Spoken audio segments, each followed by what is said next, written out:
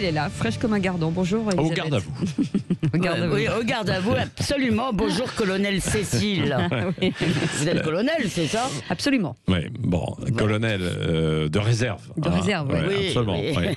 Et moi, je suis général lieutenant. Vous êtes- On a inventé cette vous nouvelle êtes dénomination. première pompe. Oui, d'accord. Merci, ma Il chère serait temps de mettre la Elisabeth. deuxième. Allez, on y Alors, va. pour répondre à la délinquance des jeunes, Éric Ciotti a lancé une idée, l'armée. Qu'en pensez-vous alors? Eh bien oui, alors que la France orange mécanique défile chaque jour sur nos écrans et suscite un effroyable vertige d'impuissance, tout le monde se pose la question, que faire? Comment punit-on un ado de 15 ans qui jette des mortiers sur la police?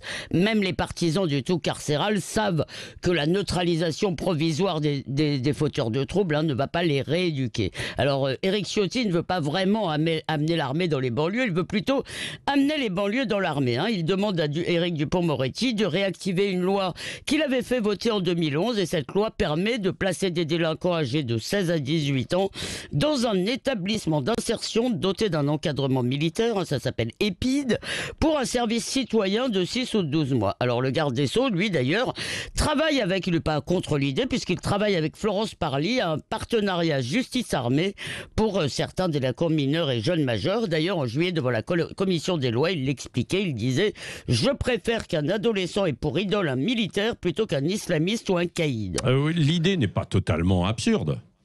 Bon, alors passons sur les insondables questions logistiques, donc budgétaires, qui ruineraient sans doute l'exécution. Mais le vrai problème, c'est que l'armée n'est pas un auxiliaire de la protection judiciaire de l'enfance, de la jeunesse, pardon, ni de l'éducation nationale.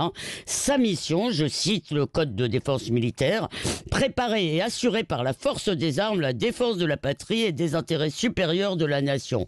Alors, est-ce qu'elle a besoin des jeunes délinquants pour assurer cette mission? Non. Et est-ce que ceux-ci sont prêts à tuer et à être tués pour la France? Eh bien, je ne crois pas non plus. Alors, on ne dit plus qu'il faudrait à ces voyous une bonne petite guerre, ça c'est ce qu'on disait avant.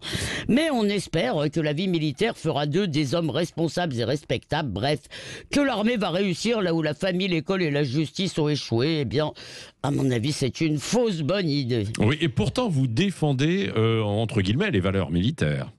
Eh bien oui, parce que ces valeurs militaires sont ou devraient être largement celles de l'éducation, cher Patrick. Oui, si les parents piétinent devant les écoles les plus strictes, c'est bien parce qu'ils savent que la transmission suppose discipline, hiérarchie, verticalité, autorité. Cela ne veut évidemment pas dire que les élèves doivent marcher au pas, mais qu'ils doivent faire l'apprentissage de la contrainte, de la limite, de l'effort. Un peu moins de sollicitude et de câlinage, un peu plus d'exigence. Alors vous savez, dans la langue populaire, on dit hey, ici on n'est pas à l'armée.